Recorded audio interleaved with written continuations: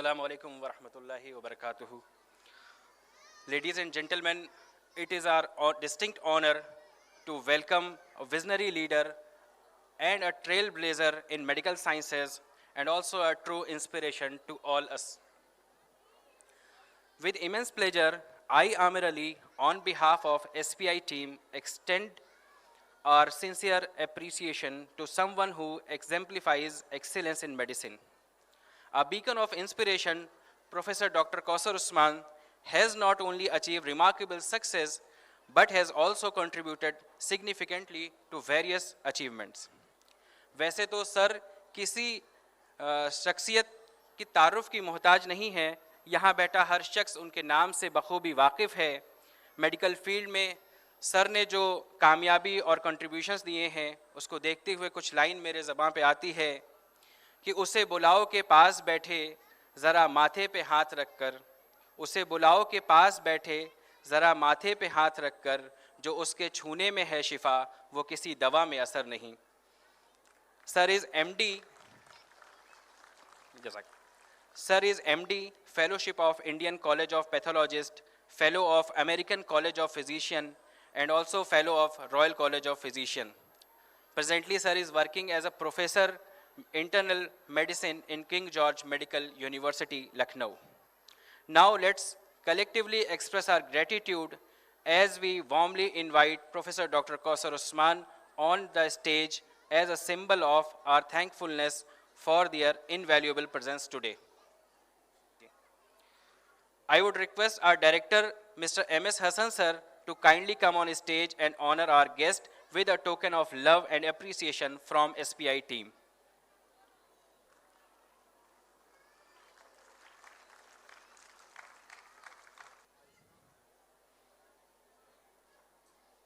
Please give a big round of applause.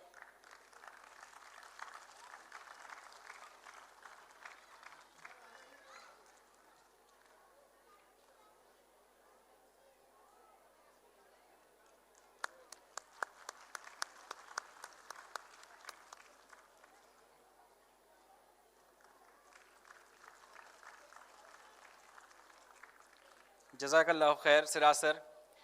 अब हम sir से गुजारिश करते हैं कि sir doctor professor Kausar Usman साहब स्टेज पर आकर चंद अल्फाज से हमें रहनुमाई. तुम आ गए हो तो कुछ चांदनी सी बातें हों, तुम आ गए हो तो कुछ चांदनी सी बातें हों, चांद कहाँ रोज़ रोज़ ज़मीं पे उतरता है.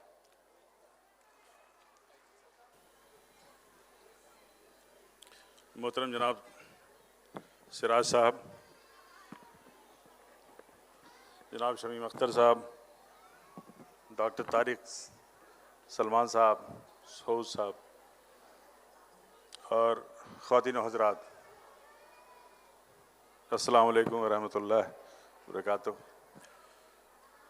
सबसे पहले तो मैं शुक्रिया अदा करता हूँ सिराज साहब का और इस स्कूल के सभी मुंतज़मीन का, जिन्होंने मुझे मौका दिया गुफ्तगू का इस प्रोग्राम आदाब ज़िंदगी में. ज़िंदगी के बारे में तो एक दुआ ये है कि ज़िंदगी दी है तो जीने का हुनर भी देना, और पाँव बख्शे हैं तो तौफ़ीक़ सफ़र भी देना, कि गुफ्तगू तूने सिखाई कि मैं गूंगा था, अब मैं बोलूँ तो मेरी बातों में असर भी देना.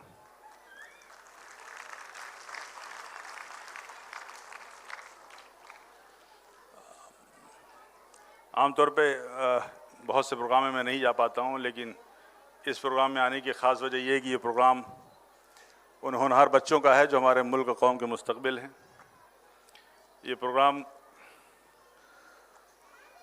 उन पेरेंट्स का है, उन वालिदैन का है जो सिर्फ बच्चों की तालीम नहीं बल्कि तरबियत का भी इंतज़ाम कर रहे हैं. और एक बहुत अच्छा वर्ड हिंदी में जो मुझे बहुत पसंद है वो है संस्कार. ये वो पेरेंट्स हैं जो अपने बच्चों को अच्छा संस्कार दे रहे हैं. ये वो माएँ हैं जो हो सकता है कम पढ़ी लिखी हों, लेकिन उनको ये गवारा नहीं कि उनके गोद में पलने वाला बच्चा कम पढ़ा लिखा हो या जाहिल हो. ये उन माओं का प्रोग्राम है, ये उन टीचर्स का प्रोग्राम है, those who are putting all their heart to shape the future of the children. जाहिर सी बात है, अगर देखा जाए तो इल्म के लिए, तालीम के लिए हमारे पिछले कुछ सालों में हमारी बहुत कोशिशें रही हैं, बहुत काविशें रही हैं, हमने अवेयरनेस भी क्रिएट किया है, हमने इसको एक मिशन की शक्ल दे दी है, इसमें कोई शक नहीं है। लेकिन मैं सच बताऊं आपसे कि अभी मंजिल बहुत दूर है। Still we have not got the position of the leadership. We should be visible as a leader in the field of research, leader in the field of innovation, leader in the field of discovery, leader in the field of medicine, leader in the field of engineering, agriculture, defense, journalism, everywhere. लेकिन वो leadership, देखिए एक बहुत waza कर दूं कि leader में और पॉलिटिशियन में फ़र्क होता है। I am not talking of politician, I am talking of the leadership. मैं सियासतदान की बात नहीं कर रहा हूँ, मैं लीडर की बात कर रहा हूँ। लीडर जो अपनी फील्ड का लीडर होता है। Leader has a vision for the generations and politician have the vision for months and years. Leader has road map for the children, for the future of the children. एक उसके पास road map होता है, उसके पास एक vision होता है, एक concern होता है उसका। और आज आप ये जो आप स्कॉलर पैराडाइज इंटरनेशनल स्कूल जो आप देख रहे हैं, मैं आपसे बताऊं कि वो भी एक स्ट्रांग लीडरशिप के विजन का हिस्सा है। वो एक शख्स की मेहनत, मशक्क़त और उसकी इबादत का हिस्सा है, उसके ख्वाब की ताबीर है ये। वरना कोई स्कूल आप बताइए जो 2016 में खुला हो, 7 साल उसकी उम्र हो, जिसमें 2-3 साल कोरोना में सर्फ हो गए हों और उसमें 1000 से ज़्यादा बच्चों की तरबियत हो रही हो, इनकी तालीम का इंतज़ाम किया जा रहा हो, ये होती है लीडरशिप। इसे कहते हैं लीडरशिप।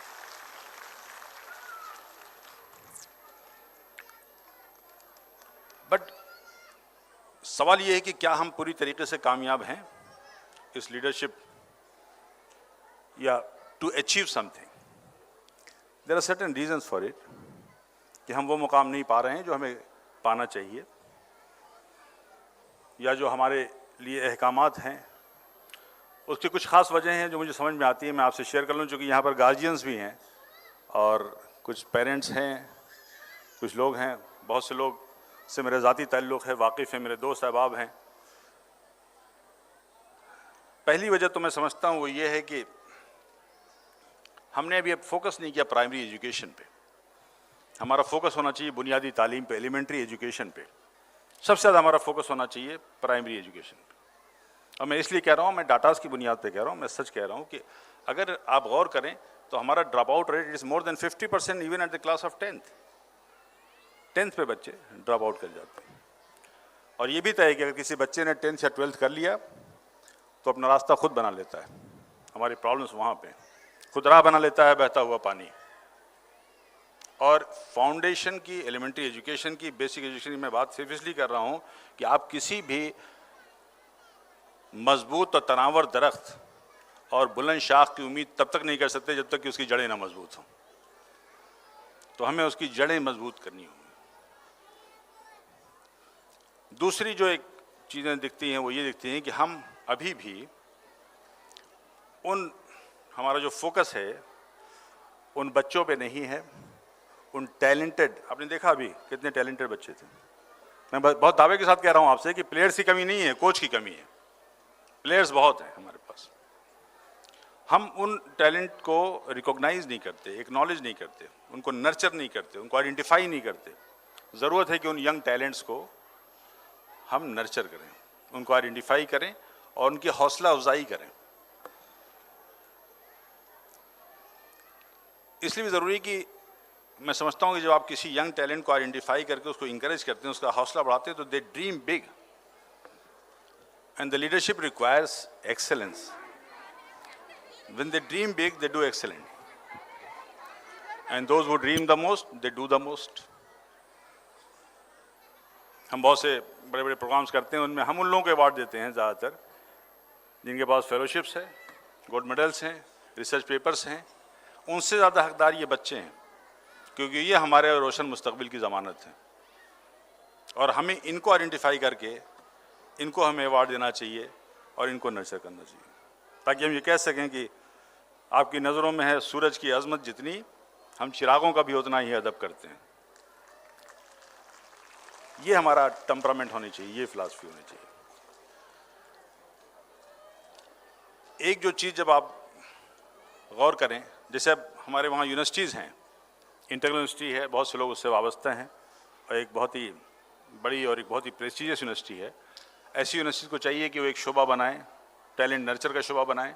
इन बच्चों को जो दूसरे स्कूलों में अच्छा कर रहे हैं, टॉप कर रहे हैं, एक अच्छा मुकाम हासिल कर रहे हैं, उनको बुला करके उनको फेलिसिटेट करना चाहिए, उनको अवार्ड देना चाहिए, ताकि वो बच्चे मुस्तकबिल में उनका एक्सपोजर हो और वो कुछ अचीव कर सकें। दूसरी चीज़ जो समझ में आती है कि अगर आप गौर करिए तो ये जो हमारा एजुकेशनल सिस्टम है उसमें डिक्लाइन क्यों है, डिट्रिएशन क्यों है, उसका मेयार इतना बुलंद क्यों नहीं है। उसकी वजह ये है कि सिर्फ तालीमी निसाब नहीं बल्कि तालीमी निज़ाम भी इम्पॉर्टेंट है। तालीमी निसाब में तो हमसे खामियां हुई, तो खामियों की पिछले आप कुछ सदी में अगर आप देखें तो निसाब में ये रहा कि हमने तालीम को, इल्म को दो हिस्सों में बांट दिया, एक असरी तालीम, एक दीनी तालीम। और मैं समझता हूँ कि वो ज़वाल का वही नुक्ता आगाज़ था। ये जो डिवीज़न हुआ उससे हमारा बहुत नुकसान हुआ। और हमारे जो फर्स्ट एजुकेशन मिनिस्टर थे मौलाना अबुल कलाम आज़ाद, जो फाउंडर थे CSIR के और UGC जैसे ऑर्गेनाइजेशन के फाउंडर थे, वो हमेशा इन दोनों तालीम को इकाई मानते थे और उसकी तकसीम के कायल नहीं थे वो। और इस तकसीम का नुकसान जो उठाना पड़ता है वो आप उसका अंदाज़ा नहीं कर सकते। मैं एक साइंस का स्टूडेंट हूँ, फैक्ट्स में बिलीव करता हूँ।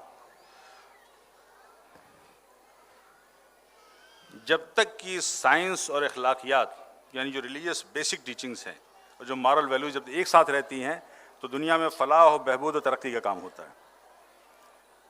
और जब इन दोनों चीज़ों में तकसीम होती, यानी एक दौर ऐसा रहा, एक टर्निंग पॉइंट रहा जिसमें साइंस बहुत आगे बढ़ गई, अखलाकियात पीछे छूट गई, मॉरल वैल्यूज उसमें कहीं दब के रह गई। और उसकी एक मिसाल अगर आपको तारीख से मैं दे दूं, आप जानते हैं, बच्चे स्टूडेंट हैं उनके भी काम की बात है ये कि अल्फ्रेड नोबेल एक साइंटिस्ट था। बेसिकली वो he was a industrialist, businessman, scientist, engineer. 1833 में स्टॉकहोम स्वीडन में उसकी पैदाइश हुई और उसके 300 से ज़्यादा इन्वेंशंस थे। उस 300 से ज़्यादा जो इन्वेंशन थे, जो उसके पेटेंट्स थे, उसमें एक इन्वेंशन डायनामाइट भी था,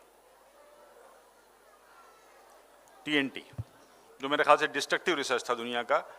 और उसके बाद से उसने बेइंतहा दौलत कमाई उन रिसर्च के ज़रिए, उन पेटेंट के ज़रिए। लेकिन एक मुकाम ऐसा है कि जो उसका भाई था, जो उसका बिजनेस पार्टनर था, उसका इंतकाल हो गया।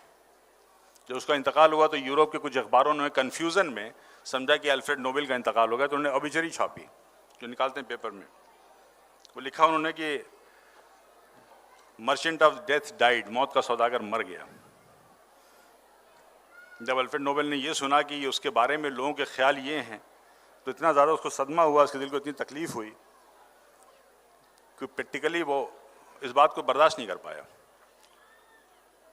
और जब उसका खुद इंतकाल हुआ तो जब उसकी वसीयत पढ़ी गई तो लोगों की हैरत की इंतहा नहीं रही जब उसने वसीयत में लिखा कि मेरी जितनी जायदाद है, जितनी मेरी दौलत है, उन सब का 90% से ज़्यादा इस बात के लिए वक्फ कर दिया जाए कि दुनिया में जो भी मेडिसिन, फिजिक्स, केमिस्ट्री में रिसर्च करेगा उसको हर साल वो अवार्ड दिया जाएगा।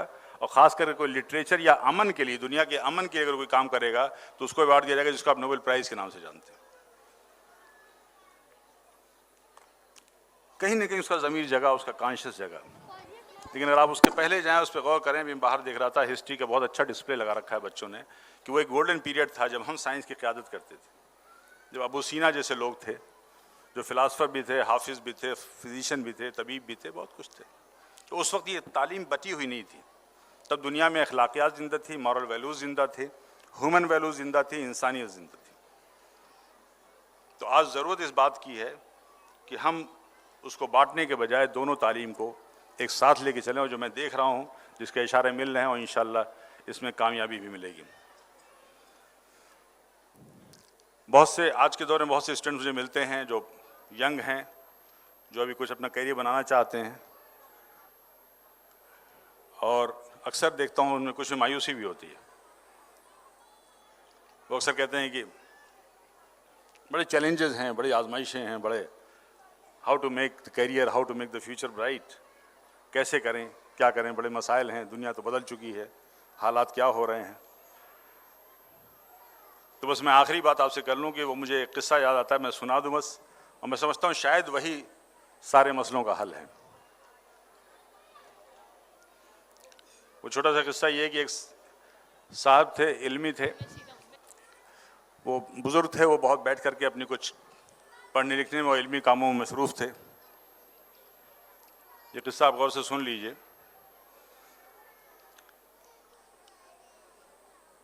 वो पढ़ने लिखने में मसरूफ़ थे, तभी उनके कमरे में एक बच्चा दाखिल हुआ, और बच्चा आया, कभी वो किताबें छूता, कभी वो कापियाँ छूता, कभी उनकी पेन छूता। बड़े परेशान हुए, कहने बच्चे बैठ जाओ बेटा और मुझे कुछ काम करने दो, मैं पढ़ने लिखने का काम कर रहा हूँ।